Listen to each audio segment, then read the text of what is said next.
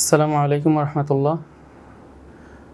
আমার আমার আব্বু আবুল হোসেন সাহেব। আমাদের বাসা হলো চৌধুরীহাট হাটহাজারী।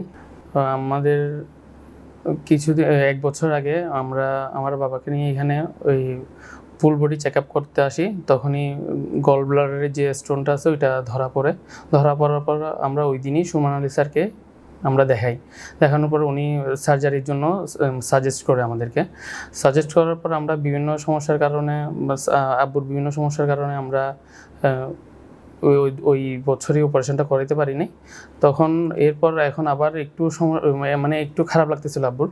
ওই খারাপ লাগাতে আমরা আবার আসি ওনার কাছে আসার পর এখন উনি বলছে কিনা সার্জারিটা করে ফেলতে।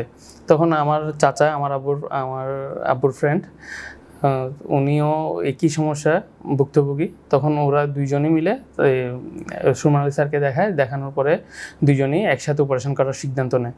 তখন স্যার গতকাল 25 তারিখ নিডেলোস্কোপিক সার্জারির মাধ্যমে আমার আব্বুর এবং আমার চাচার যে গল ব্লাডারের স্টোন আছে ওইটা রিমুভ করে।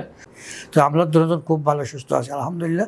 ওনারাও যেসব যদি হলো ফাত্তর গেছে সুমন আলী সাহাবার আসবেন হনো কিছুর মানে জ্ঞানী যাক যেদুর সেবা পাই ওর পাশে একটা নাচ টাচ যেগুলো আছে তা হন ফিয়ন খন মানে অত্যন্ত মানে গিয়া আর খুশি মানে এর মেয়ে হনো জায়গা তারা নয় এবার কি দেখি খুশি হয়ে 10 দিন মাঝে একটা মান সম্মান একান তোর গিয়া ডাক্তার সাহেবের 3 বছর সাহেবের ইচ্ছা আছে ওগাটা বাড়াতো আইয়ের আমার খোঁজ খবর লাগি বিয়াগ জিতকে কেন বিয়াগ তিন আলহামদুলিল্লাহ সমনে সাহাবার আলহামদুলিল্লাহ আমরা বহুত খুশি আছি ই আল্লাহ বলে দোয়া করে আমরা বিয়াগনে সবাই আইবেন একেবারে আইলে বুঝতে পারবেন ওনারা সব কিন্তু বিয়াগিন ভালো আছে।